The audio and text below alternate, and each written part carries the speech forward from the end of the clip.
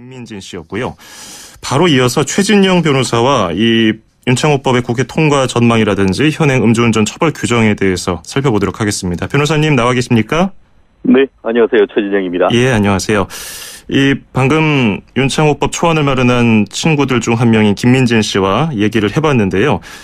100명이 넘는 국회의원들이 함께 했고, 이 야당, 제1야당인 자유한국당 김병준 비대위원장과 또 손학규 바른미래당 대표도 좀 긍정적인 발언을 했는데 올해 안에 국회 통과 가능성은 어느 정도나 있다고 보세요?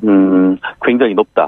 사실상 통과될 수 있다. 이렇게 보이는 것 같습니다. 예. 좀 전에 말씀하시는 것처럼 여야 간에 그 다툼이 없습니다. 이른바 무쟁점 법안이고 더불어서 엊그제 있었던 청와대에서의 여야 상설 그 협의체에서도 12개 항에 대한 합의를 하면서 이 음주운전과 관련되는 처벌 강화한다는 합의를 했었습니다. 예. 그리고 어제 있었던 그 여야 그 대표 회의에서도 이 부분에 대해서 처리하기로 합의를 했기 때문에 이번 국회 사실상 통과될 가능성이 매우 높은데요. 다만 내용에 있어서 일부는 좀 수정될 가능성은 있다. 이렇게 말씀드릴 수 있을 것 같습니다. 예. 그것이 바로 조금 전에도 언급이 된 국회 법제사법위원회에서 일부 간사들이 음주운전의 살인죄 적용이 좀 과하다 이런 입장이 있거든요. 이게 쟁점이 되겠습니까? 그렇습니다. 지금 윤창호법이다라고 통틀어 얘기하는데 크게 두 가지인데요. 예. 하나는 그 도로교통법상의 음주운전 처벌 기준을 강화하는 것 하나, 또 하나 특정범죄 가중처벌법상의 음주운전 치사죄에 대한 형사처벌을 가중하는 두 가지가 있는데요.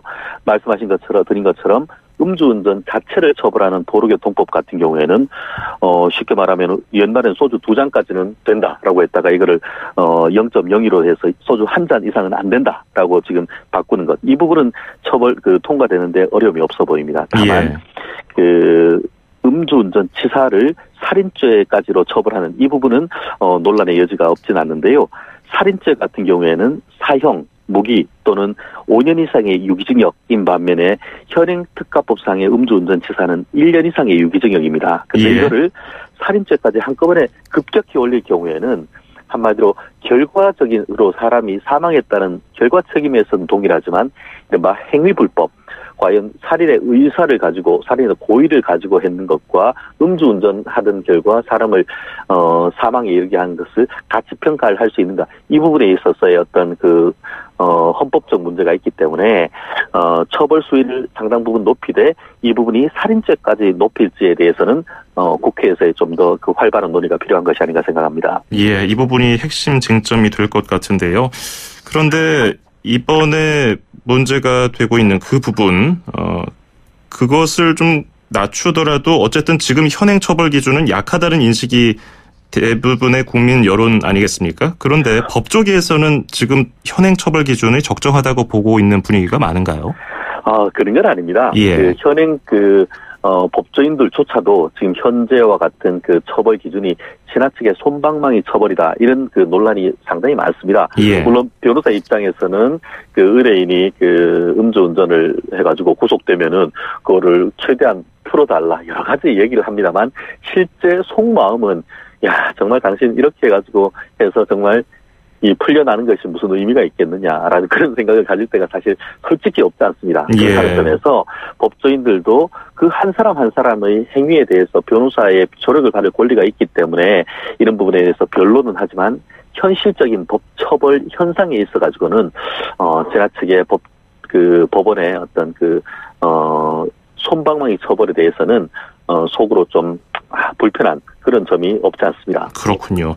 실제로 양형 실형 선고율을 보면은 사망 사고의 경우 30% 정도 실형을 받고 대부분 징역 1년 내외, 초범이면은 집행유예 그치는 경우가 많아서 방금 말씀하신 것처럼 손방망이 처벌이다 이런 얘기가 나오는데 만약에 현행 법을 기준으로요, 개정된 법 말고 지금 이 윤창호 씨의 사례를 들면은 그 가해자의 경우는 어느 정도 양형 기준을 받을까요? 그렇습니다. 말씀드린 것처럼 이 교통사고 처리 특례법상의 그 음주 사고로서 음주 치사, 사람이 사망했기 때문에 뭐 물론 그 생명은 호흡이십니다만 뇌사다라고 하는 것에서 법적 관점에서 이것을 사망으로 만약에 본다고 하면은 1년 이상의 유기징역에 처할 수 있고 이게 그 법률적으로 뇌사를 아직까지 사망으로 보지 않는 그런 입장에서는 음주운전 치상인데요. 그럴 경우에는 10년 이하의 징역 또는 3천만 원 이하의 벌금 이 부분이라서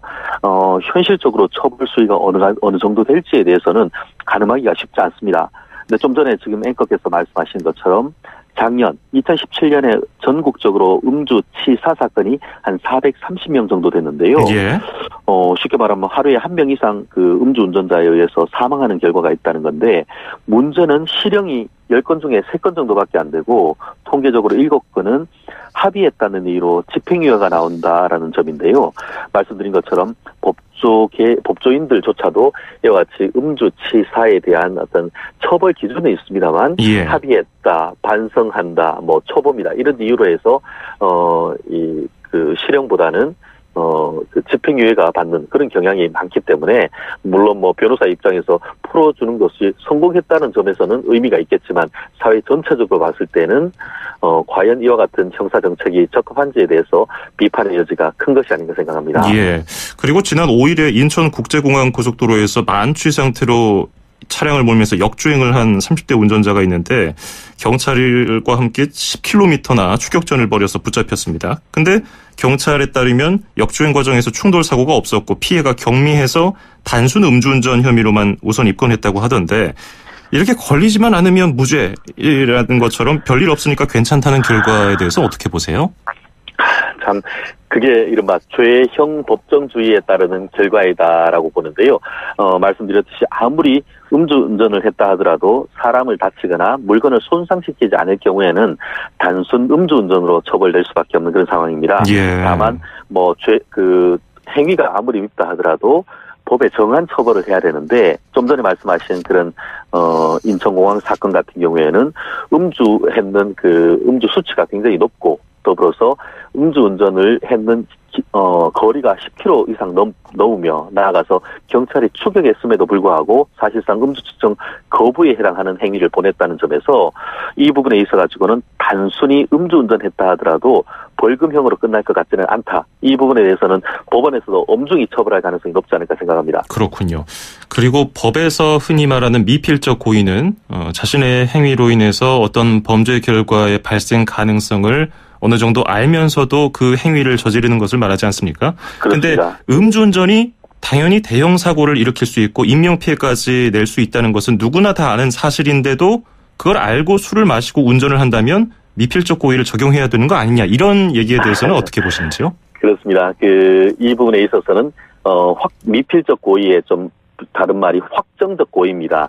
한마디로 내가 술을 먹고 누군가를 치어야지 이런 생각을 했다고 해서 한다고 하면은 그 확정 고의인 반면에 미필적 고의란 것은 우리가 어떤 그 음주운전을 하면 사고가 날 가능성이 높다는 것은 누구나 인정하겠죠. 다만 그런 그 지적인 요소로서의 어떤 그 사고 날 가능성에 대한 예견 가능성을 넘어서 의지적 요소로서 내가 사고를 낼 거야라고 생각했을 때 설령 내가 음주를 하지만 내가 운전을 잘해서 사고를 내지는 않을 거야 이런 생각을 보통 갖지 않습니까? 그렇기 때문에 일반적으로 음주운전을 했다고 해서 사망이나 아니면 상해에 대한 고의를 인정하기가 한마디로 미필적 고의를 인정하기가 쉽지는 않습니다. 그러다 보니까 음주운전 치상이나 치사 같은 경우에로 적용을 할 수밖에 없는 그런 상황인 것 같은데요.